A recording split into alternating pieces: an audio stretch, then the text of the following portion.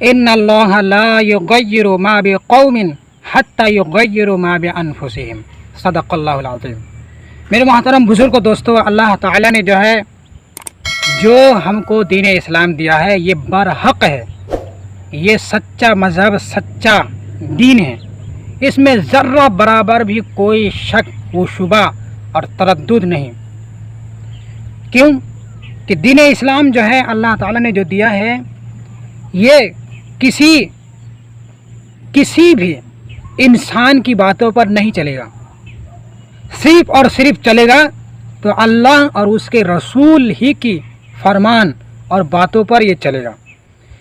चाहे इनके अलावा कोई भी बड़ा से बड़ा अल्लाह वाला, बड़ा से बड़ा बुजुर्ग, बड़ा से बड़ा जो है शेख, मुजाहिद, कितने भी बड़ा आदमी हो, शख्सियत हो, इंसान हो, अल्लाह और उसके रसूल के अलावा कोई तीसरे की बात नहीं चलेगी।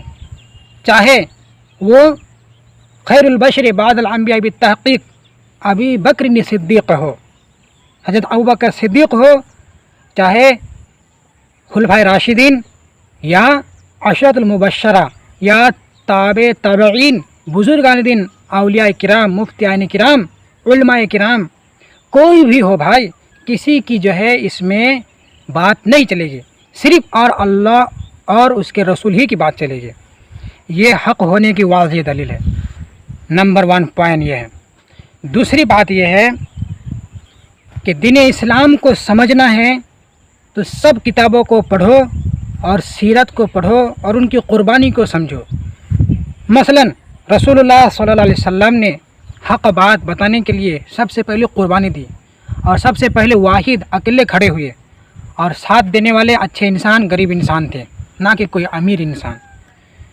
बहुत तकलीफ़ों के साथ जो है आप सल्लल्लाहु अलैहि वसल्लम ने कुछ जो है अपने सहाबा तैयार किए।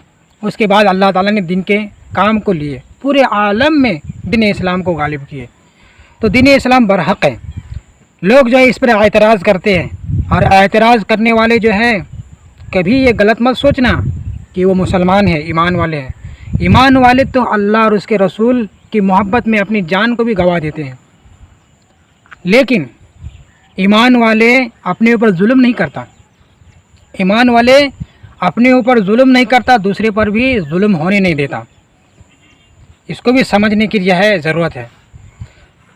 तो कुछ कुफार और मुशरिक एतराज़ करते हैं कि नबी मोहम्मद सल्लल्लाहु अलैहि वसल्लम अल्लाह ताला का अगर सच्चा रसूल है, सच्चा नबी है, सबके लिए आइडियल और नमूना है, मैसेंजर है, और फिर कहते हैं कि नबी पाक सल्लल्लाहु अलैहि वसल्लम सबके लिए नमूना है, तो फिर आप सल्लल्लाहु अलैहि वसल्लम ने 11 शादियाँ, 11 निकाहें क्यों किए? क्या वजह थे? क्या मतलब था? तो इसका जवाब जो है मेरे नज़र में बहुत सिंपल और सीधा साधा है। वो ये है कि नमूना जब आप सल्लल्लाहु अलैहि वसल्लम को बनाया अल्लाह ताला ने, तो तमाम लोगों के लिए, तमाम कायनात के तमाम इंसानों के लिए नमूना बनाए। तो इसमें कोई इंसान ऐसा भी होगा जो बड़े घराने की औरत से निकाह करेगा, कोई गरीब घराने के, कोई जो है छोटे कद के, कोई बड़े कद के, कोई सावले से, और फिर कोई जो है कम उम्र के, कोई बेवा से।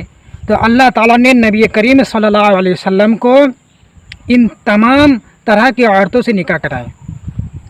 और फिर लोग इस पर एतराज़ करते हैं, जबकि ये एतराज़ की बात नहीं थी। कहते हैं कि अबू बकर ने अपनी छोटी बच्ची, 6 साला बच्ची उम्मुल मोमिनीन आयशा सिद्दीक़ा रज़ियल्लाहु अन्हा की शादी जो है नबी करीम सल्लल्लाहु अलैहि वसल्लम से करा दी है, जबकि 6 साल की उम्र थी और 11वें साल में उनकी रुखसती हुई। तो मेरे मोहतरम बुजुर्ग दोस्तों, आप अपने जो है इंसानियत दिमाग से सोचिए कि जिसके पास बीबियाँ मौजूद हो, हर तरह के, बेवा हो और भी कुछ हो, कोई भी एक साधारण व्यक्ति, साधारण इंसान के बारे में पूछता हूँ कि किसी के पास अगर बीवी हो, अच्छी खासी बीवी हो, बेवा हो और ऐसे भी बीवी हो, तो उस इंसान को एक छोटी बच्ची से निकाह करने की क्या ज़रूरत है? कोई भी नहीं करेगा। اور چھوٹی بچی سے نکاح کرنے کی ضرورت ہے ہی نہیں، کیونکہ اس سے کوئی بھی خواہش پوری کرنا نہیں چاہتا۔ اور خواہش کی بات اسی لیے کہہ رہا ہوں کہ لوگ نبی پاک صلی اللہ علیہ وسلم پر بہتان باندھتے ہیں کہ انہوں نے خواہش کے لیے کیے، نعوذ باللہ استغفر اللہ، خواہش کے لیے کرتے تو چھوٹی بچی سے کیوں کرتے بھائی؟ اور پھر آپ صلی اللہ علیہ وسلم نے شادی کر کے کسی کو طلاق دے کر چھوڑ نہیں دیے، بلکہ طلاق شدہ کو شادی کر کے اپنی زندگی میں ان کو شامل کیے اور ان کے گھر بسائے، ان کے ساتھ جو ہے زندگی گزار کر جو دکھائے، اور پھر ان کی بیویاں بعد میں رہی، انہوں نے ایمان نہیں چھوڑے۔ تو یہ تو نمونہ ہے بھائی۔ تو لوگ جو ہے غلط سوچنے والے الٹے کھاتے ہیں، حرام کھاتے تو حرام ہی سوچے گا۔ تو جو انسان ایمان والا ہوتا ہے ان کے لیے نمونہ ہے۔